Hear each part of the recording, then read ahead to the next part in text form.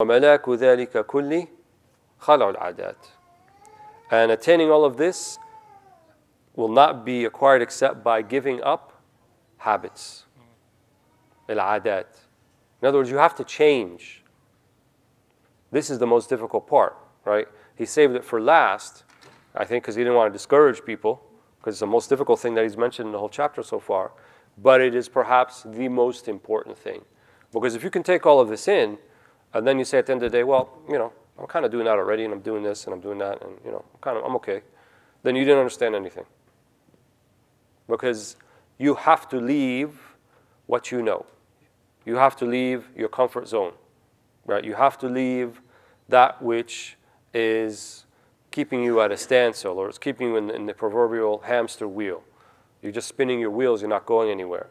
And you have to leave all of that, right? And if you look at Sahaba Ridwanullah alayhim, they were transformed. They had to leave things. Why is the hijrah used as the pivotal date in the Islamic calendar? Because they left something. They left all that they know. Literally, they left only with the clothes on their backs, and everything else was left behind. And so we have this kind of watershed mark in the calendar before hijrah and after hijrah, right? Because those are the ones who went with the Prophet ﷺ to the hijrah, and it was for Allah and His Prophet and His Messenger. That's a whole different category. Like it was not, at that point, it was for keeps. Because if you're willing to give up everything, right, for the deen, then this is a true test of your commitment. And many of us every day, we could be tested in this way. Don't think you will not be tested. Many of our brothers and sisters in many parts of the world, literally we know, they left their homes with literally the clothes on their backs, and they get into a boat on the Mediterranean. They don't know where it's going to go, whether it's going to sink, whether it's going to make it there, whether they have enough provision, and they set sail. We may be put in that situation. We never know. We may be put in a situation similar to that, or something like that. And, Allah, we ask Allah that He doesn't test us, our commitment in that way. Don't look for that. Don't anticipate that. Don't say, no, I'm ready for this. I want to prove my worth. No, you don't. Right? We only say that Allah subhanahu wa ta'ala, that He give us the fortitude and the perseverance, if something like this were to happen to us, that we would make it through that. But we don't anticipate that. Right? Even the Prophet ﷺ, he said, don't anticipate liqa' al-adu. Don't anticipate or look forward to the meeting of the enemy, whatever that enemy may be. Right? We don't have an attitude of bring it on, I can handle it. That's not our attitude. Right? We say, وَمَا تَوْفِيقِي إِلَّا بِاللَّهِ. That's what we say. We have no success except by Allah subhanahu wa ta'ala. So changing your habits is very difficult. Right? And that's why it's best to do it in a gradual manner. Ramadan, the whole month is about changing your habits, right? We're living a completely different schedule in Ramadan than outside of Ramadan. We're staying up later. We're praying Isha and Qiyam at 11 o'clock at night, maybe finishing by 12:30. Some of us don't go to sleep until after Fajr, right? Or we wake up before Fajr to have suhoor, right? We're getting together nightly, which probably we don't do all the time. So we have a completely different schedule. So it's a type of training period. And it's significant. 1 out of 12 months of the year, right? So that's what, 8.75% of your life? Nearly 9% of your life you're in Ramadan, right? Which is a big part of your life. So a big part of your life is singularly dedicated to transforming you. Ramadan is about transformation. But so are all the other acts of worship. So are the ibadat. The prayer should be transformative, right? If your prayer doesn't transform you, right? And the Prophet said it in different ways. من لا تنهى صلاته عن الفحشاء والمنكر فما ازداد إلا بعدا. Whoever's prayer does not make them of a quality so that they stop doing fahsha and munkar, yani evil speech and evil deeds, then they have not gotten closer, but they've moved further away. The prayer can actually be not a blessing, right, but a curse. It's possible, right? Because if it's only the physical aspect of it, it will grow to be burdensome, right? And the Quran talks about how the prayer is burdensome to some people. إِلَّا عَلَى الْخَاشِعِينَ. The ones who have khushu'ah, right? The ones who are living the inner aspects of the prayer is not burdensome, right? But for everybody else, it could be burdensome. And you can extrapolate that meaning to all the other acts of worship. That's why we said the other day, we invite to Allah subhanahu wa ta'ala. We don't invite to the individual acts of worship per se, right? So maybe people misunderstood, we don't invite to Islam. Not that we don't invite to the deen, but the way we invite to the deen is by inviting to God, not by inviting to the individual acts of worship. Because if you invite someone to those individual acts of worship and they're not ready for that, you've just cast a burden on them, right? And Imam Abu Hassan al-Shadhili, he said it, من دلك على العمل فقد أتعبك ومن دلك على الله فقد نصحك. Whoever counsels you towards al-amal, individual acts of worship, أتعبك, they've tired you out, they've burdened you. ومن دلك على الله فقد نصحك. And the one who guides you or invites you to God, they have truly given you good counsel, right? So they're inviting you to khushu', they're inviting you to reverence, they're inviting you to observance of the sanctity of all of the things in life, right? And it's via those things, then you will have the nahda, right? You will have the resurgence to want to do it, right? To want to pray, to want to do extra. But if you just singularly concentrate on the physical aspects of that, it will prove burdensome. And then invariably what happens is people feel guilty. And they say to themselves, why, how come I don't like the prayer? How come I don't like reading Quran? You know, maybe I'm evil. Maybe something's wrong with me. Maybe this deen is not for me. Maybe this. And they don't realize that, don't feel guilty about that, right? Don't feel guilty about it not penetrating you as of yet, right? Because maybe nothing wrong with you, but you have a little bit of homework to do. That's all. You have a little bit of groundwork to do. And that's focusing more on God, focusing more on Allah, focusing, as he said in the beginning, the blessings of God, right? Focusing on the ni'am and realization, right? The early part of the prophetic mission, before there was prayer, there was dhikr and fikr. There was contemplation, right? And there was remembrance of God. And, you know, we need to work on that quite a bit. And it's one of the fastest paths to having a knowledge of Allah subhanahu wa ta'ala. And then the salawat and the salah and the zakah and all these things, they're more like tahliya, tahalli. They're more like helping you to embody virtue and focusing on specific divine names, focusing on the name of Allah, focusing on la ilaha illallah.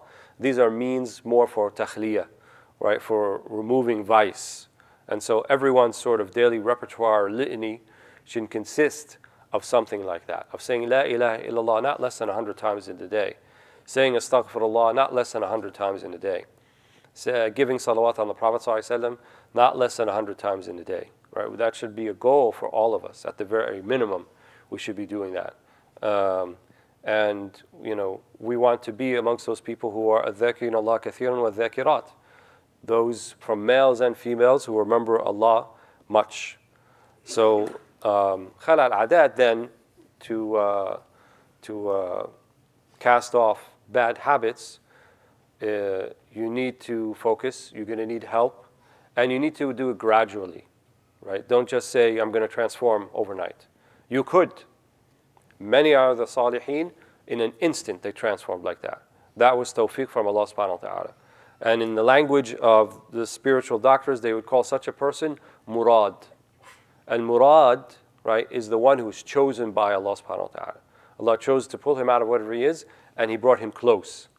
Versus al-murid, right, or disciple, is the one which is 99% of the people. The murad is rarity, but most people are going to be murid.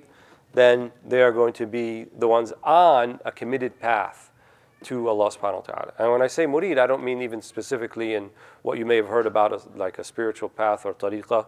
That's even something different than what I'm talking about. I'm talking about in a general sense, the murid, the one who wants intent. You have to want it, right? And then you have to be committed. And to prove your commitment, you have to be willing to sacrifice. And that means giving up your bad habits, giving up your time wasters during the day, right? Giving up those things that are haram, giving up those things that may have shubha, right? They may have a lot of ambiguity about it, but it's better to leave it off because you cannot avoid all of the haram unless you kind of avoid something that's sitting next to the haram, which would be the ambiguous matters. And this ultimately is much more pivotal in one's early path than doing all of the nawafil, than doing so many good deeds, right? If you think like, oh, I have to do this 1,000 type of dhikr, and I have to do all of these extra prayers, and I have to do all of these extra sadaqat, and so forth, but you're not leaving off the haram, right? It's like someone who has a nice backyard garden and is planting seeds, but they didn't bother to remove the rubbish, and there's rubbish all over the place.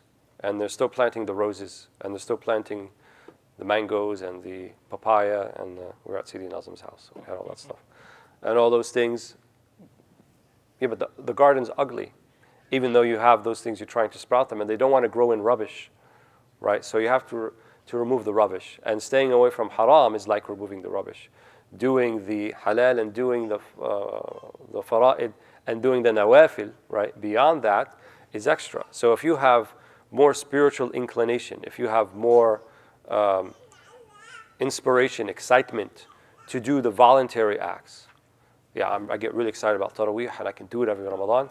But you know what? After Ramadan, when we have to do the 5 prayers, I have a hard time waking up for Fajr, and it's just not, I'm not feeling it. That's problematic. If Taraweeh is going to keep you from praying Fajr, don't pray Taraweeh. Why? Because Fajr is fard. It's an obligation. So in the eyes of God, that's more important. For your own well-being and your own spiritual well-being and spiritual path, that's more important than praying Taraweeh. Taraweeh is voluntary. So you do not sacrifice that which is voluntary and less important for that which is more important. If you work a night job, or you work very early in the morning, right, and you have to be at work like 5 or 6 a.m., and if you came here to the hub and you saw it to the end till 12:30 or beyond, you know that you'll go to work tired and completely debilitated, and you won't do the job that you need to do. What do you do in this situation? Don't pray Taraweeh. Pray a few rak'ahs, pray at home, and pray that Allah subhanahu wa ta'ala gives you, an opening that maybe you can find another job. You don't have to work so early. But right now there's an obligation, right? And fulfilling our commitments, right, especially when we make commitments to other human beings, that's an obligation, right? We don't, renege on that obligation. I used to work in the Muslim world, and sometimes I would see people, we'd get breaks for prayer and things like that, but only take the break that you need. These guys were like sitting in the musalla and they're hanging out, and they're like, let's read these awrad and let's have a dars, and that's all nice, but don't we have a commitment to the employer who's employing us and said that we're allowed to take breaks to pray, and then we should be back to the commitments that we're supposed to fulfill. And that may mean that you don't even pray the sunnah prayers, if that's the understanding that you have. If you have a different understanding, that's fine. But fulfilling your commitments is more important, right? Obligations, whether they be ritual obligations in the deen or commitments to others, which are in turn obligations in the deen as well, more important than doing the voluntary things. And the voluntary things are important as well. We didn't say they're not important, but we have to learn to prioritize. We have to learn to have a ladder of priorities and understand what comes first and what comes second and what comes third. And if your internal inclinations are not according to the priority ladder with Allah, then there's something wrong with your internal inclinations, not with the deen. And we'll stop here since it's time for Isha. And then tomorrow we will start Bab at-Tawbah, or repentance, inshaAllah. Wallahu ta'ala a'la wa a'lam. Subhana rabbika rabbil izzati amma yasifun. Salamun ala al-mursaleen. Alhamdulillahi rabbil alameen.